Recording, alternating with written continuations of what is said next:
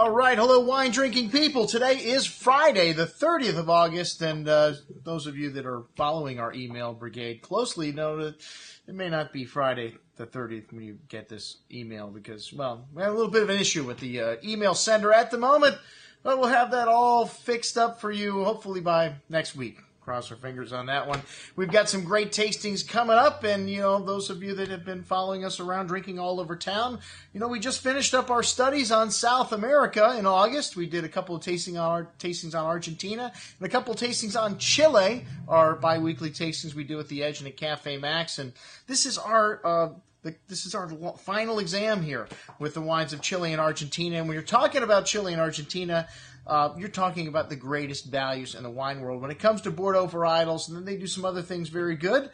Some of the whites, Torrentez, very unique. You don't find this white anywhere in the world, and we're going to be serving that, of course. That's one of the most unique whites in Argentina. And then we've got, of course, Malbec is the subject of study. Malbec, it's hard to believe it was just a few short years ago, 1993, the first varietal Malbec was released from Argentina, and the rest is history. This has caught the nation by storm. We're probably the largest market in the world for wines from South America. Here in South Florida, we have a huge Spanish population, a lot of people that love Malbec and Carmenere, so we get a big allocation of all these hard-to-find wines, the best market to shop in, and very competitive prices. We've got like 30 wines on the table from some of our top suppliers. Of course, Paul Hobbs Imports will be here.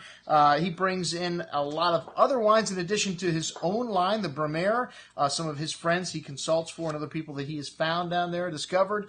We're going to be serving some stuff from his label and a few of his friends, so Polenta Estate, one of my greatest discoveries in the last couple of years from Argentina.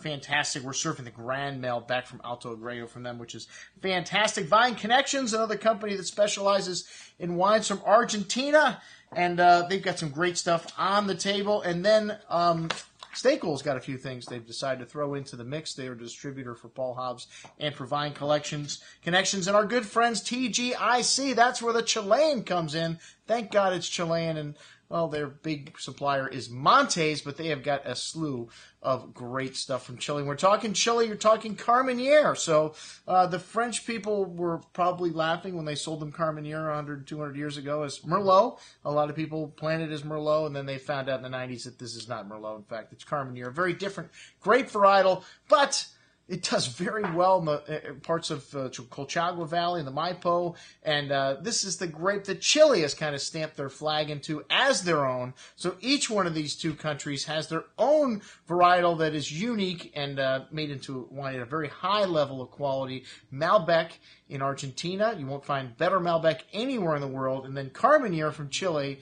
The best examples of this varietal come from Chile, and we're going to have some great examples of those two varietals. And then, like I said, there's 35 wines on the table. This is a walk-around event. It's still a little bit too warm to do it outside, so we're going to have to limit it to 35 people. That's a bottle per person. We've got a lot of wine to drink tonight. Check it out, the entire lineup at our Chile and Argentina tasting on next Friday. I'm your host, Andrew Lampasone, signing off for the Wine Watch, saying, remember, always drink the good stuff first.